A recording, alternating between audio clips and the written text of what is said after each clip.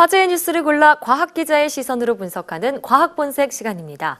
스튜디오에 이혜리 기자 나와 있습니다. 어서 오세요. 안녕하세요. 네, 오늘은 어떤 이야기를 시작해 볼까요? 네, 지난주 금요일이 3.1절 100주년이었죠. 예. 이를 기념하기 위해서 전국에서 여러 기념식이 잇따랐는데요. 네. 오늘은 그중에서도 좀 이색적인 기념 이벤트가 있었는데 드론 군집 비행이 있었거든요. 예. 이와 관련된 이야기 좀 자세히 나눠보도록 하겠습니다. 드론 군집 비행이요. 저희도 앞서 보도로 전해드리기도 했는데 천안독립기념관의 밤하늘을 드론이 수놓았죠. 네, 맞습니다.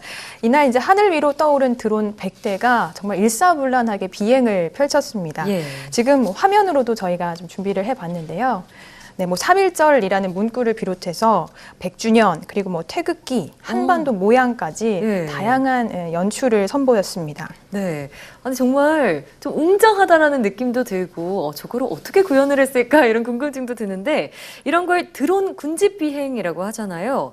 근데 드론 군집 비행은 평창 동계올림픽 개막식 때도 한번 화제가 된 적이 있잖아요. 네, 그렇습니다. 지난해 있었던 평창 동계올림픽 개막식에서도 1218대 드론이 군집 비행을 선보였습니다. 네. 1218대 사실 좀 상상하기 좀 어려운 숫자의 드론이긴 한데요. 네. 당시 올림픽 오륜기라든지 마스코트였던 수호랑의 모습을 다양하게 연출을 해서 세계인들의 이목을 사로잡았습니다. 1218대의 드론이 동시에 군집 비행을 선보인 것은 2016년 독일에서 있었던 500대 드론의 군집 비행의 기록을 깨는 것이었습니다. 예. 화면으로도 좀 감동이 좀 전해지는 것 같긴 한데요. 네, 맞습니다. 마치 별빛처럼 좀 반짝반짝거리는 모습을 확인할 수 있죠. 네, 당시 정말 5G 올림픽이다라는 명성에 걸맞는 그런 장관을 연출했었는데요. 이런 드론 군집 비행 이제 정부의 기념식뿐만 아니라 가수들의 축하 공연이나 여러 행사들에서도 자주 볼 수 있게 되는 것 같아요. 네, 그렇습니다. 이제는 쉽게 접할 수 있는 기술이 됐는데요. 우선 이 3.1절 100주년 드론 군집 비행하고 평창 때 있었던 드론 군집 비행의 가장 큰 차이를 좀 먼저 살펴보면 우선 동계올림픽의 드론쇼는 미국의 인텔사, 그러니까 우리 기술이 아니었다라는 겁니다. 반대로 이제 3.1절 드론 군집 비행은 우리 기술로 만들어진 건데요. 순수 우리 기술인가요? 네, 그렇습니다. 이 드론 평창에서 있었던 드론쇼의 경우에는 인텔사가 330g의 초소형 드론에다가 LED 조명을 탑재해서 화면에서 보신 것과 같이 조명처럼 별빛처럼 반짝이는 모습을 연출을 했습니다. 인텔은 평창 동계올림픽 드론 개막쇼 외에도 여러 굵직굵직한 행사에서 드론쇼를 선보였는데요. 예를 들면 미국 라스베거스에서 지난해 열렸던 세계 가전전시회 CES에서도 드론 군집 비행을 선보였고요. 미국 최대 스포츠 행사로 많이 손꼽히는 슈퍼볼 결승전에서 세계적인 팝 가수 레이디 가가의 공연에 드론을 띄워서 군집 비행을 선보임으로써 한 번 또 화제를 일으키기도 했습니다. 네, 자, 듣고 보니까 인텔이 이런 드론 군집 비행에서 좀 선도적인 기술을 갖고 있는 것 같은데 우리 역시 3.1절 기념식 때 드론 군집을 순수 기술로 보여줬다는 걸 보면 마찬가지로 좀 선도적인 기술을 갖고 있다 이렇게 봐도 될 것 같은데요. 어떤가요? 네, 맞습니다. 드론 군집 비행에서는 말씀하신 대로 이제 미국이 가장 선진적인 기술을 갖고 있는 것으로 평가되고요. 그 다음이 중국인데요. 이런 세계적인 수준의 기술을 이제 우리나라도 어느 정도 구현할 수 있는 단계가 됐다라고 볼 수 있을 것 같습니다. 핵심이 되는 기술이 바로 이 실시간 이동 측의 위치 정보 시스템 RTK GPS라는 겁니다. GPS는 워낙 많이 들어보셨죠? 네, 내비게이션 하면 딱 떠오르는 단어인데요. 네, 맞습니다. 우리가 일상 속에서 가장 흔히 쓰는 기술 가운데 하나라고 할 수 있는데요. 이 GPS를 드론 군집 비행에서 사용을 하지만 단순히 GPS만 가지고는 군집 비행을 하기에는 좀 역부족입니다. 왜냐하면 GPS의 오차가 크기 때문인데요. 화면에서 군집 비행 많이 보셨지만 작은 오차도 용납할 수 없을 정도로 굉장히 정밀한 비행을 펼쳐야 되는데 GPS처럼 오차가 큰 기술을 가지고 했다가는 비행이 실패할 가능성이 커지겠죠.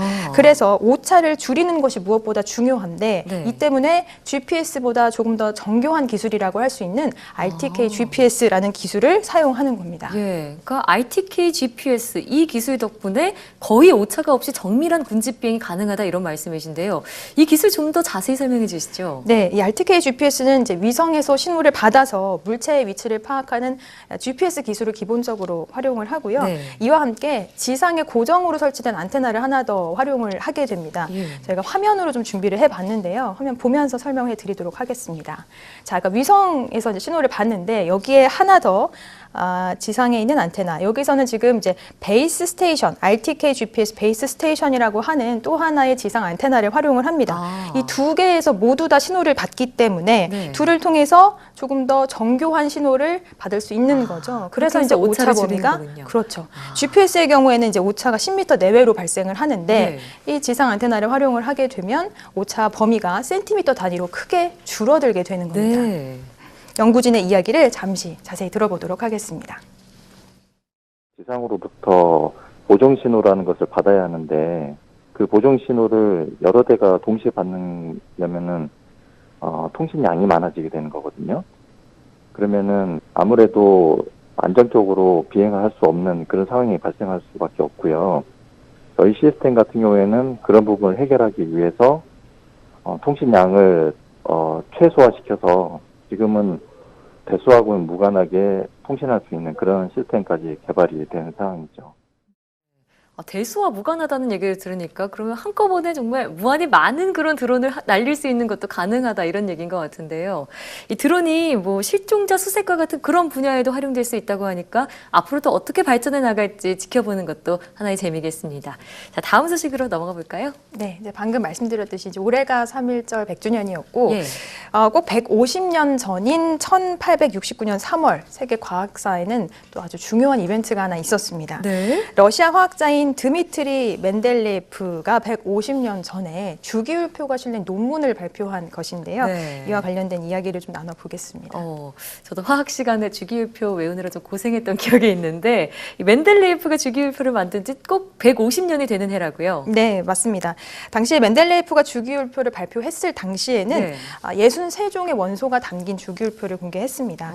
원자번호 1번인 수소부터 시작을 해서 규칙적으로 배열을 한 건데요. 네. 각각의 원소를 이 원자량 증가 순서와 성질별로 나열을 했습니다. 그가 당시에 이제 주기율표를 발표를 했을 때는 아직 발견되지 않은 원소까지 포함을 해서 빈칸을 남겨뒀는데요. 네. 즉 이제 반드시 있어야 할 원소가 있는 것으로 그는 예측을 하고 이를 남겨뒀던 거죠. 예. 그때 그가 발표했을 때 나이가 35살이라고 하더라고요. 너무 젊은데요. 네. 네. 그래서 뭐 여러 가지 이유가 있었겠지만 그런 빈칸이 있는 것도 그렇고 당시에 이제 멘델레예프가 이 주기율표를 발표를 했을 때는 그렇게 반응이 좋지 않았다라고 하더라고요. 하지만 그가 예측한 원소들이 이후에 속속 발견이 되면서 이거에 대한 신뢰도가 높아졌고 이 이론에 힘이 실렸습니다. 예. 이 때문에 이제 오늘날 주기율표에는 인공합성 원소 26종을 포함해서 모두 118종의 원소가 배열돼 있는데요. 네. 이 중에서 한 90개 정도는 이제 자연에서 존재하는 원소들이고요. 나머지 20여 개의 원소는 연구자들이 연구실에서 개발한 인공 원소라고 할 수 있습니다. 네. 그러니까 초기의 주기율표보다 이제 현재 있는 원소들이 한 2배 가까이 늘었다 이렇게 볼 수 있을 것 같은데 그래서인지 좀 생소한 원소들도 눈에 띄는 것 같아요. 네, 맞습니다. 원소별로 다 특징이 있습니다만 몇 가지 좀 재밌는 거를 살펴보자면 아까 뭐 자연에서 있는 원소가 있고 인공적으로 만드는 원소가 있다라고 말씀드렸잖아요. 네. 그 기준이 되는 것이 바로 92번에 있는 우라늄입니다.